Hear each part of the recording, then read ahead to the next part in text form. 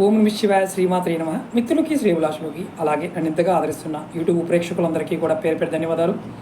మిత్రులారా, మీ అందరికీ పరాదేవత ఎల్లవిల్లా మీతో ఉండి మీ మనోవాంఛ నెరవేర్చాలని మనస్ఫూర్తిగా కోరుకుంటున్నాను.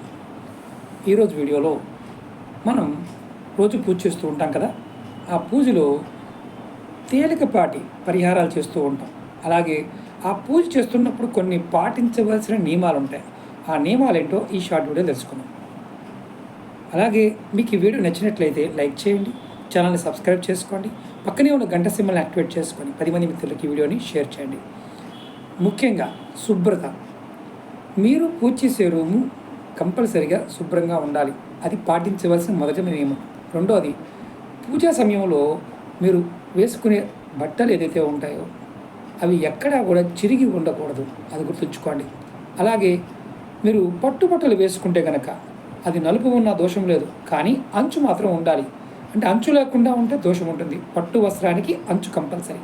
అలాగే మీరు పూజకి పట్టు వస్త్రాలను ధరించినప్పుడు దాన్ని ఏదైనా ధరించి ఏదైనా తింటే అంటే పూజకి మీరు ఒక పట్టు వస్త్రాన్ని ధరించి అది పూజకు ముందు గనక మీరు ఏదైనా టిఫిన్ లాంటిది చేస్తే ఆ ధరించిన వస్త్రం పనికిరావు అని శాస్త్రం చెప్తుంది. అలాగే మనం వివాహం చేసే సమయాల్లో కూడా పట్టు వస్త్రాలని భగవంతుడికి వాడడానికి పనికిరావు. అంటే పెళ్లి చేసుకున్నప్పుడు మనం పట్టు వస్త్రాలని ధరిస్తాం కదా, అవి వాడిన పట్టు వస్త్రాలు భగవంతుడి పూజకి పనికిరావు. అంటే పెళ్ళిలో కొనుక్కున్నాం కదా గురువుగారు, అది మళ్ళీ వేసుకోవచ్చా అంటే అది పనికిరాదు. అలాగే పూజ చేసే ఆడవారు అంటే స్త్రీ లక్ష్మీదేవిలా ఉండాలి, అంటే చక్కగా నీట్గా ఉండాలని అర్థం. అలాగే పూజ చేసే సమయంలో దీపం కనుక కొండెక్కితే మళ్ళీ వెలిగించి మొదటి నుంచి పూజ ప్రారంభించాలి.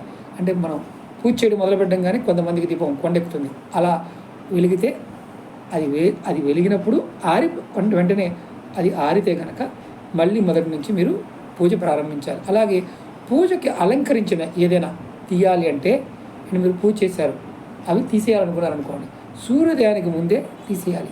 రాత్రి నిన్న పూజ చేశారనుకోండి, ఈరోజు సూర్యోదయానికి ముందే తీసేయాలి. అలాగే పువ్వులు, తొడిములు, తీగలు వంటివి తీసి పువ్వుని పూజకి వాడుకోవాలంటే కొంతమంది కొమ్మలతో పాటు తొడిమితో పాటు పెద్ద పెద్ద తొడిమితో పాటు ఉంచుతారు. అలా ఉండకూడదు, అవి తీసి వాడుకోవాలి.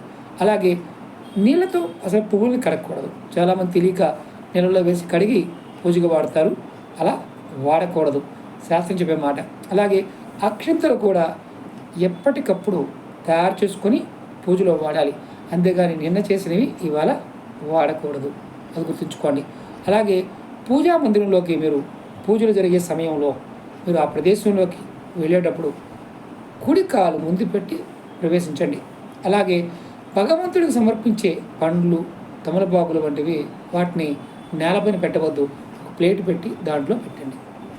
అలాగే మనం రెగ్యులర్గా పర్వదినాలప్పుడు అంటే పవిత్ర దినాలప్పుడు శ్రీ మహావిష్ణువుని పూజిస్తూ ఉంటాం.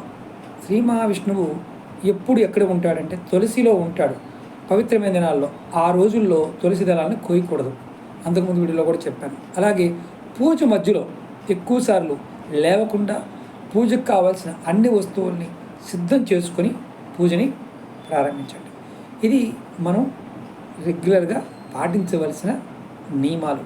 ఇవి ఎంతవరకు మనం చేయగలిగితే భగవంతుడిని అంత త్వరగా ప్రసన్నం చేసుకోగలుగుతాం. ఇవి శుద్ధి, ఒంటి శుద్ధి అంటే మన శరీర శుద్ధి, బాహ్య శుద్ధి, ఇవి కంపల్సరిగా ఉన్నప్పుడే మనం చేసే పూజకి ఫలితం అనేది త్వరగా పొందుతాం. మరొక వీడియోలో నేను ముందుకు వస్తాను. ఈ వీడియో మీకు నచ్చినట్లు లైక్ చేయండి, ఛానల్ సబ్స్క్రైబ్ చేసుకోండి, పక్కనే ఉన్న గంట సింబల్ని యాక్టివేట్ చేసుకొని 10 మంది మిత్రులకి ఈ వీడియోని షేర్ చేయండి. ఓం నమః శివాయ శ్రీమాత్రే నమః.